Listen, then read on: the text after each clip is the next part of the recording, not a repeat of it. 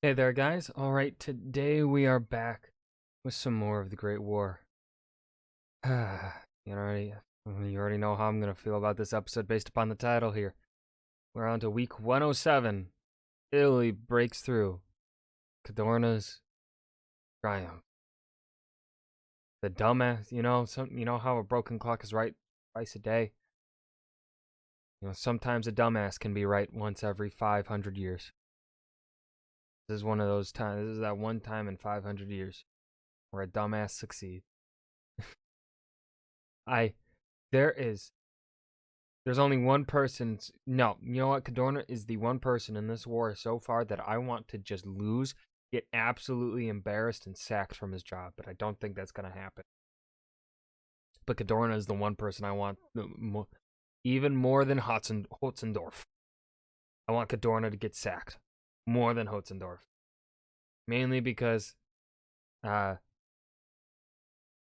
Austria-Hungary's crumbling on itself. Italy isn't crumbling in on itself, but the Austrians are. So it's like Cadorna's going down. I mean, Hotzendorf's going down no matter what.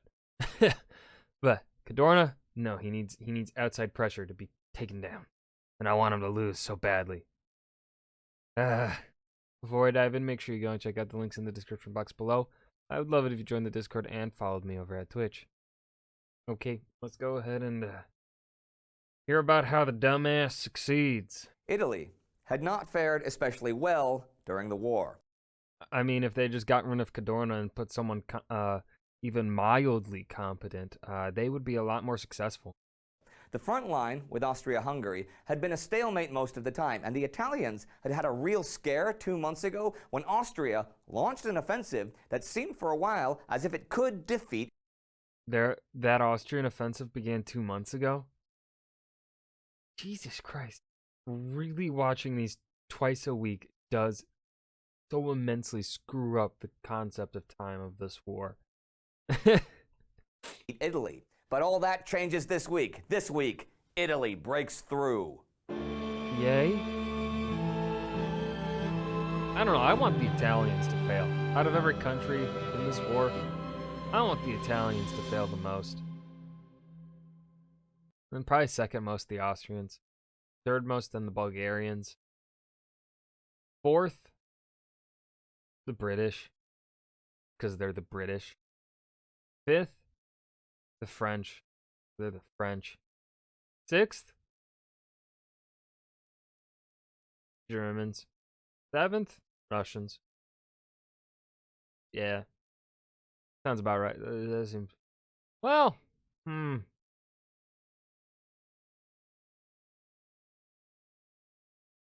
mean, if we go with the guarantee, if we have the guarantee that if monarchist Germany survives, we don't get Hitler and the Holocaust, I would probably, want, Germans would switch with Russia in this case. I'm Indy Nidell. Welcome to the Great War. Last week, the carnage continued at the Somme, now over a month old, and at Verdun, now over 5 months old. And British High Command began to wonder if the casualties at the Somme were really worth the gains. Oh, I just noticed they finally updated this to show the border changes there. Serbia is no longer independent. But they labeled Serbia but did not label Albania or Montenegro. Kind of rude if you ask me.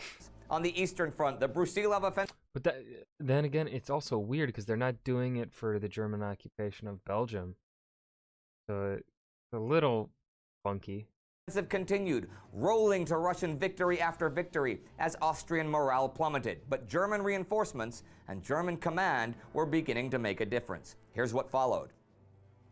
The Russians continued their advance, for starters, pretty much all week long on their southwest front.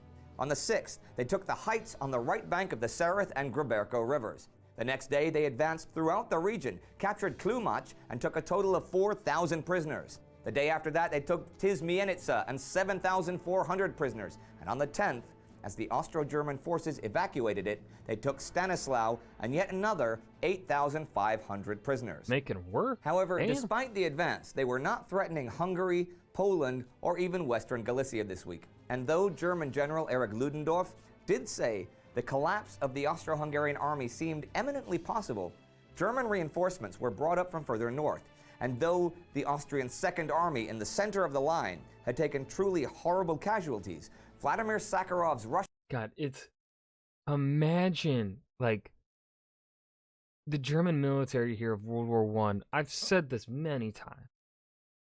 The German military of World War I is perhaps one of the greatest military forces in history.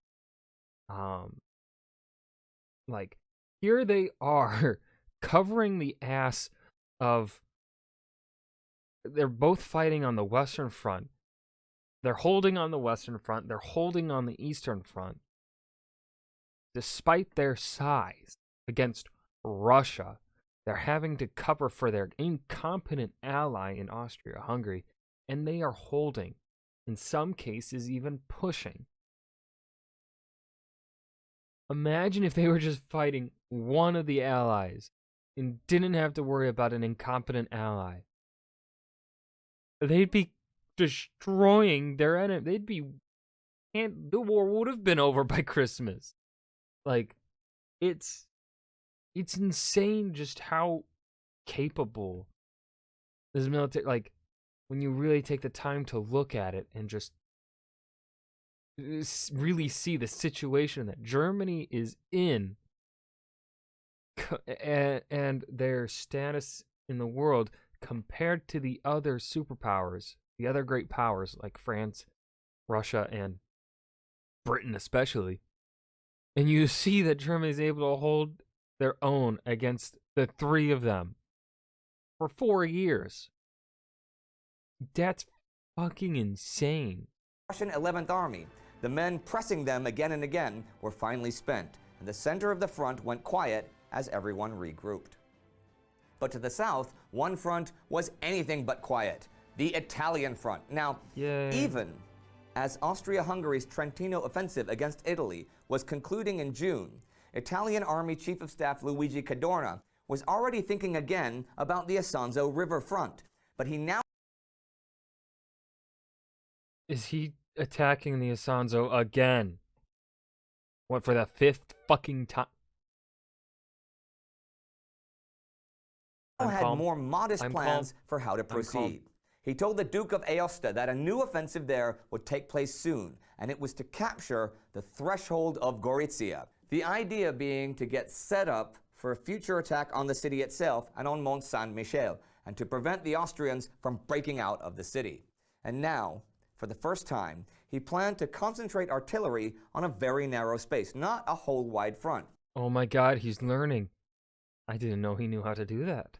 It would be the region between Podgora Hill and the city. The Duke told Cadorna that the attack actually should include Mont Saint-Michel, which in tactical terms was the southern edge of the whole Gorizia area. Cadorna agreed and figured that the Austrians would in no way be expecting a major operation so soon after Trentino. Now that in itself was interesting because Cadorna had always scorned the element of surprise, so it seems like he's actually learned something. So the Duke made damn sure the 3 divisions that would attack Mont Saint-Michel had good artillery support and lots of reserves.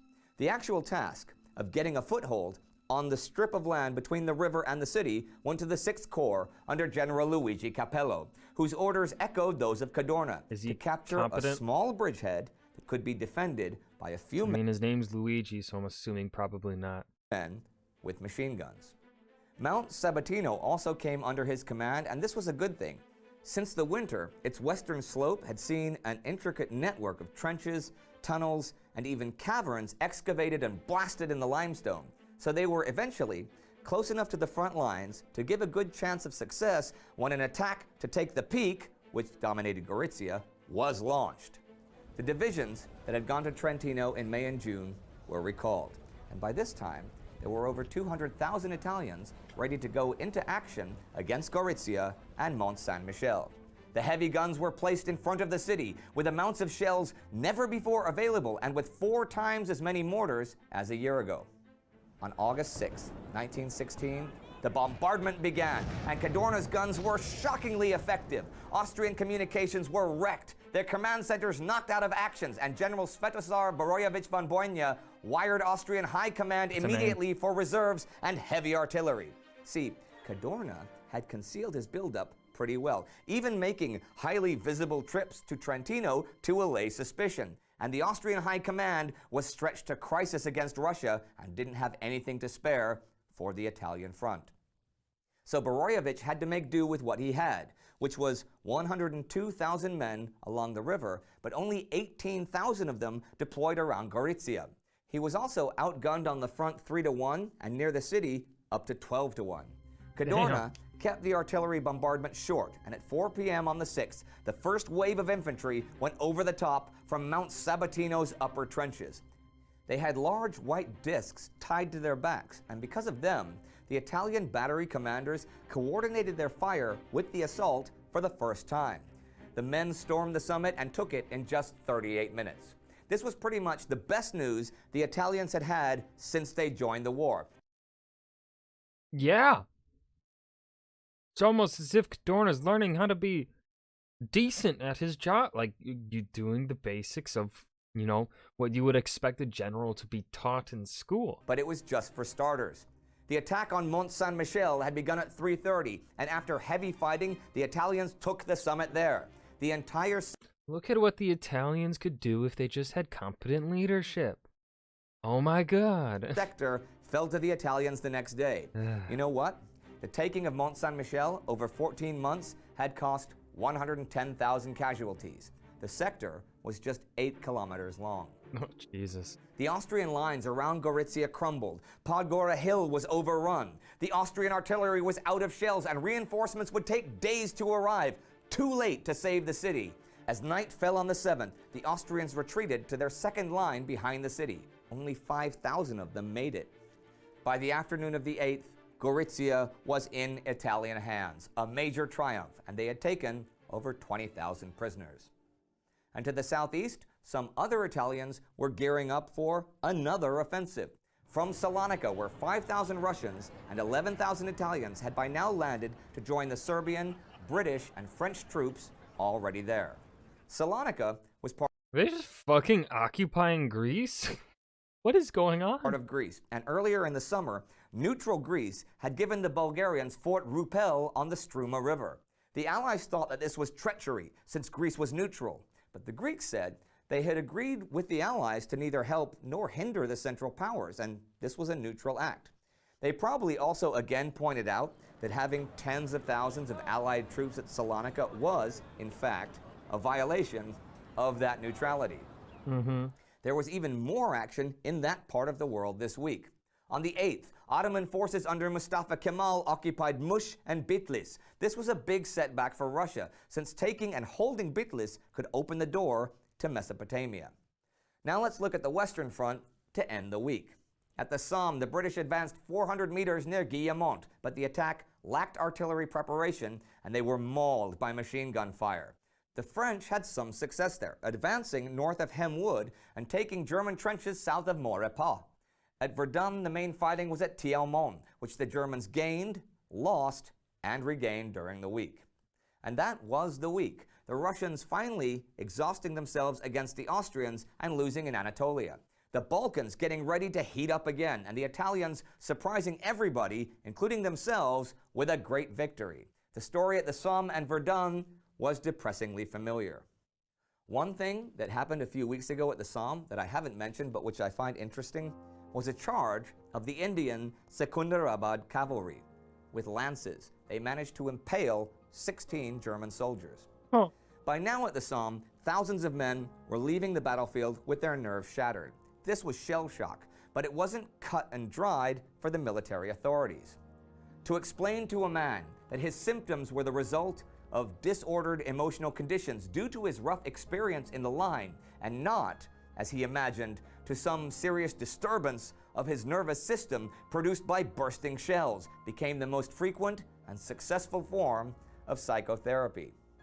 But it was at the Somme that special centers for shell shock were opened in each army area. But still, men were in no case to be evacuated to base unless his condition warrants such a procedure, whatever that means. Just imagine, there were millions, I'll say it again, millions of artillery shells fired at the Somme. Can you even conceive of the noise and the terror? It's not surprising that many of the men got shell shock. What is surprising is that all of them didn't. If you want to find out more about the symptoms of shell shock, the treatment, and its social perception, you should check out our special episode. For that, you can click right here or right. And that was the Great War, Week 107. Italy breaks through. Cadorna's hopefully only triumph, because I just want to see this man get sacked. I hope you guys enjoyed. Got nothing else to add here at the end. Remember to hit that like button and subscribe for more. And I will see you guys in the next video. Peace.